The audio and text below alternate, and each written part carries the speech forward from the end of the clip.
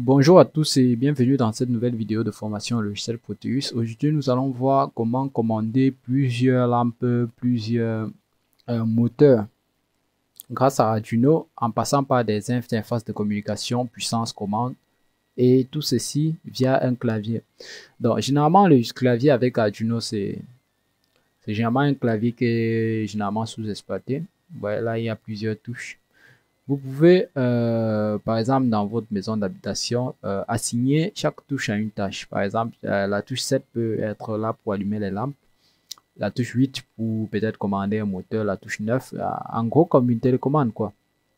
Donc, vous pouvez donc, au moyen d'une programmation orientée, commander plusieurs équipements grâce à votre, votre clavier dans le logiciel Arduino.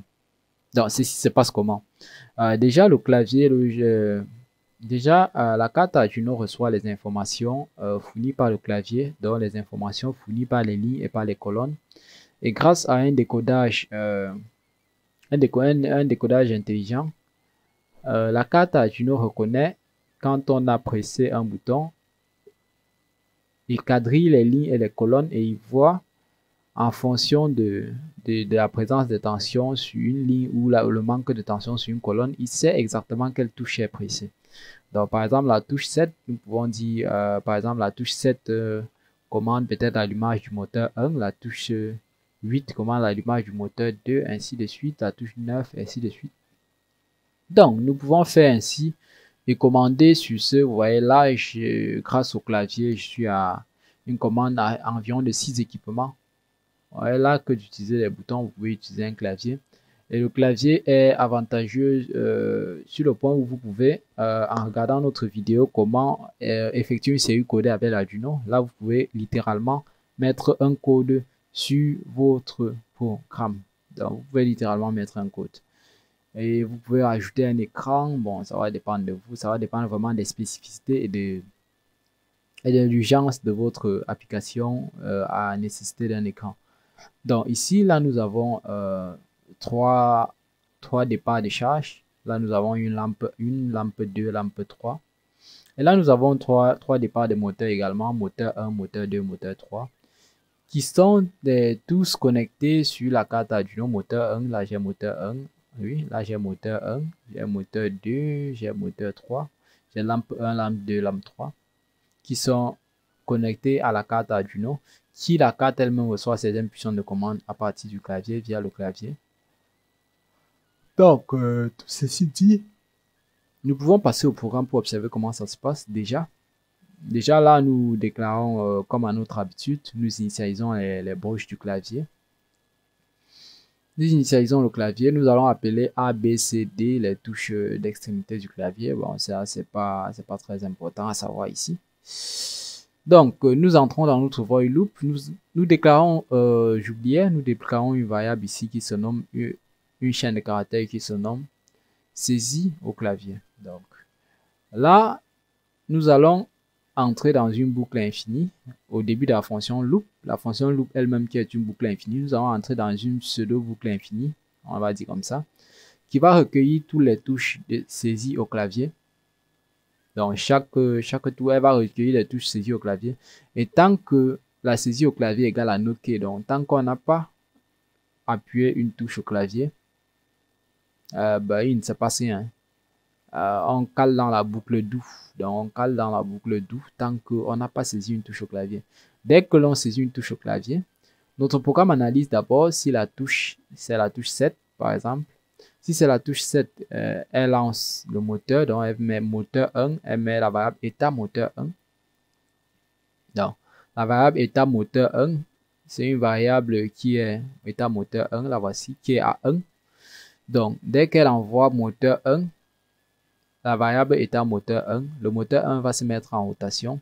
Et maintenant, pour que la prochaine fois, quand on commande le moteur 1 pour qu'il s'arrête, il faudrait que dans moteur 1, on garde le contraire de l'état du moteur 1. Donc, à la prochaine saisie, si on saisit encore 7, elle va venir changer l'état du moteur 1 qui est lui mettre à 0.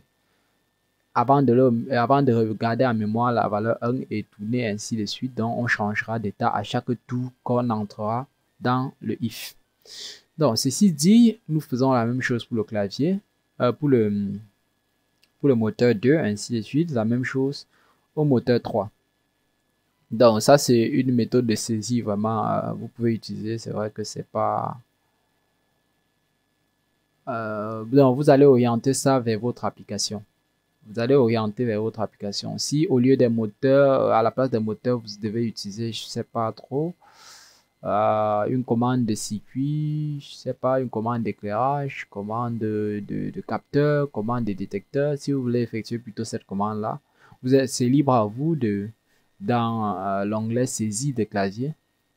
Si vous voulez par exemple commander peut-être, c'est pas une alarme, un haut-parleur, c'est dans l'onglet commande clavier que vous allez écrire. Donc, vous voyez, donc dès que l'on va détecter la touche, vous allez entrer le code du processus. Donc, ce code-ci pouvait être bien plus long.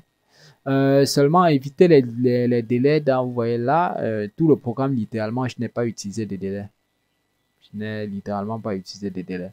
Donc, éviter les délais parce que là, à chaque fois, on cherche à détecter. À chaque fois, on cherche à détecter. Si je mets un délai ici, quand on va détecter à touche 9, ça va créer un problème. Ça va créer un temps mort, un temps de latence et ce ne sera pas évident de continuer le programme après dans la synchronisation.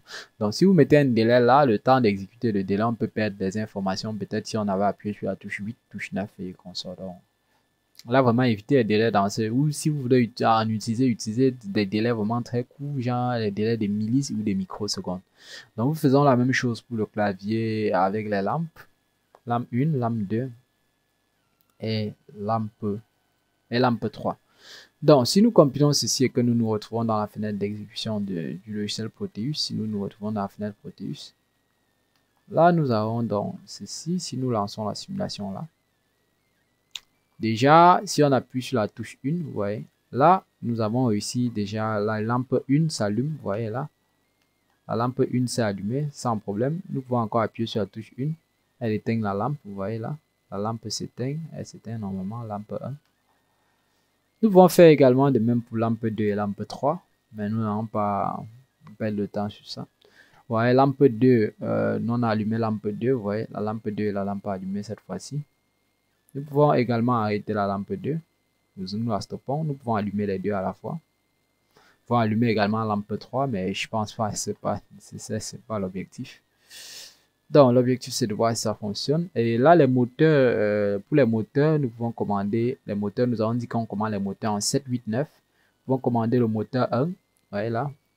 Lançons la rotation du moteur 1. Le moteur se met en rotation. Nous pouvons lancer également moteur 2. On sort moteur 2. Là. Qu'est-ce qui se passe? Ah oui.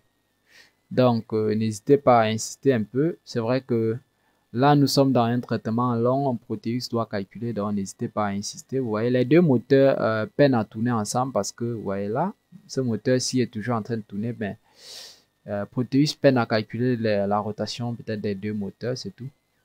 Mais sinon, vous voyez là, vous pouvez allumer une lampe, allumer un moteur, allumer.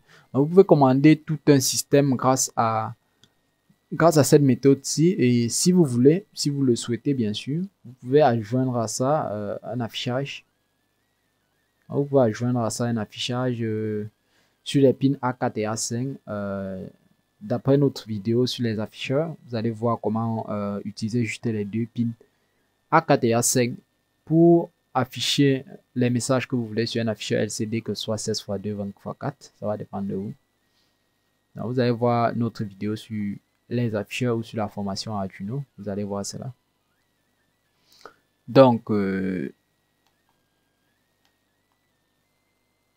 sur ce, j'espère que la vidéo vous a plu.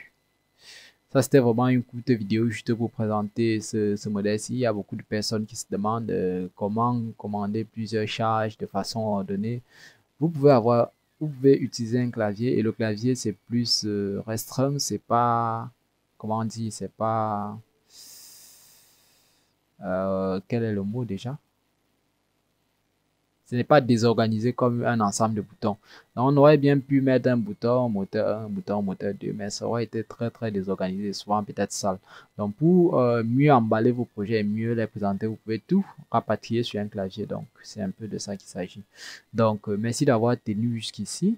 Abonnez-vous, likez, posez vos questions en commentaire et je vous dis à très bientôt.